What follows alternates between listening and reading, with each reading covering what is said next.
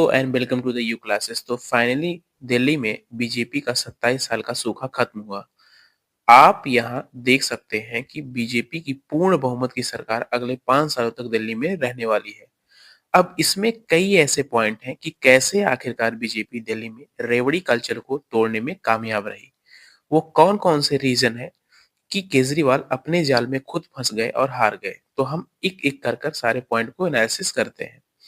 तो अभी चंद महीनों की ही तो बात है जब केजरीवाल साहब घोटाले में जेल गए थे। वो जेल के अंदर रहते हुए भी सीएम पद से त्याग नहीं दिए और जब बेल पर छूटे तो उन्होंने अपनी जगह अतिशी को सीएम बनाया और कहा कि जिस प्रकार प्रभु श्री राम त्याग किए थे वही मैं भी कर रहा हूँ। सबसे फनी तो ये रहा, उन्होंने अतिशी को बस सिटिंग सीएम बनाया। यानी अगर उनकी सरकार दिल्ली में दोबारा आती तो अतिशी दोबारा सीएम नहीं बनती बल्कि वहां केजरीवाल भाई साहब सीएम बनते। अब जनता तो भाई साहब पागल थोड़ी है, और दिल्ली की जनता तो वैसे ही शहर की जनता है, पढ़े लिखों की जनता है। वो समझ गए कि ये बस फेंक रहे हैं। जैसे पिछले चुनाव में लोगों से बोले थे कि सरकार बनते ही यमुना को साफ कर देंगे। अब यमुना तो साफ नहीं हुई लेकिन इन्हें जरूर साफ कर दी। दूसरा पॉइंट रहा ब्रांड। मोदी जी का एक नारा बहुत ज्यादा हिट हुआ कि ये आपकी सरकार नहीं है बल्कि यह आपदा की सरकार है, और उसके कई काम भी गिनाए। तो आपदा टाइप केजरीवाल दिल्ली में चले गए। तीसरा पॉइंट बीजेपी कार्यकर्ता की मेहनत है। वो लोग बहुत हार्ड वर्क किए जिससे बीजेपी की जीत हुई।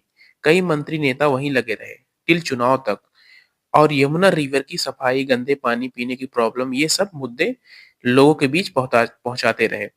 यहाँ एक पॉइंट और समझ आ रहा है कि जनता को आप अब बेवकूफ नहीं बना सकते हैं। उन्हें ये फ्री कल्चर उतना पसंद नहीं आएगा क्योंकि अल्टीमेटली उन्हें फ्री का लेके बाद में उसका टैक्स चुकाने में कोई दिलचस्पी नहीं होती, और खराब रूट्स और स्कूल वैसे ही उनको मिलना शुरू हो जाते हैं। यानी अब पॉलिटिकल पार्टीज को भी ये समझना पड़ेगा कि आप सब फ्री करके चुनाव नहीं जीत सकते हैं। आप फ्री उन्हीं को दे सकते हैं जो उनके लायक हो। आप किसी को घर बैठा के खिला नहीं सकते हैं। नेक्स्ट पॉइंट था कि दिल्ली में पिछले 10 साल से केजू की सरकार थी, केजू यानी केजरीवाल की, और वहां के लोग अब इनके कुप्रशासन से ऊब चुके थे, जिससे वो अब आगे निकल लिए हैं केजरीवाल को हटाकर।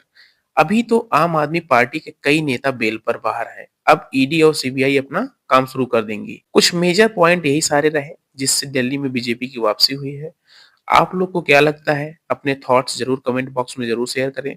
बाकी ऐसे ही कंटेंट के लिए वीडियो को लाइक करना और चैनल को सब्सक्राइब करना ना भूलें। Thank you.